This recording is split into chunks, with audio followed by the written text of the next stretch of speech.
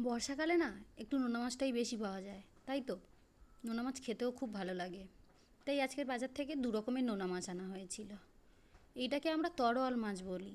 আরও একটা কি নাম আছে এর, আপনারা জানলে অবশ্যই বলবেন। আর পাশের মাছটার নাম ঠিক বলতে পারছি না, জানলে অবশ্যই জানাবেন কী মাছ।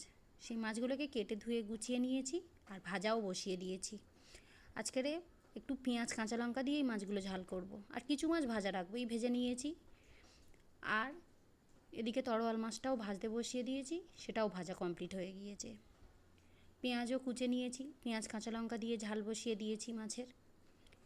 হলুদ গুঁড়ো লবণ সব দিয়ে দিয়েছি, একটু সামান্য লঙ্কার গুঁড়ো দিয়েছি, কেননা কাঁচা লঙ্কা দিয়েছিলাম তো প্রচণ্ড ঝাল হয়ে যাবে। এই যে মাছের ঝালও প্রায় কমপ্লিট হয়ে গিয়েছে, দু রকমের মাছ একসাথেই ঝাল করেছিলাম। আর একটু লেবুর রস দিয়ে দিয়েছি, বুঝলেন। লেবুর রসটা দিলে না খুব সুন্দর একটা টেস্ট আর ফ্লেভার আসে।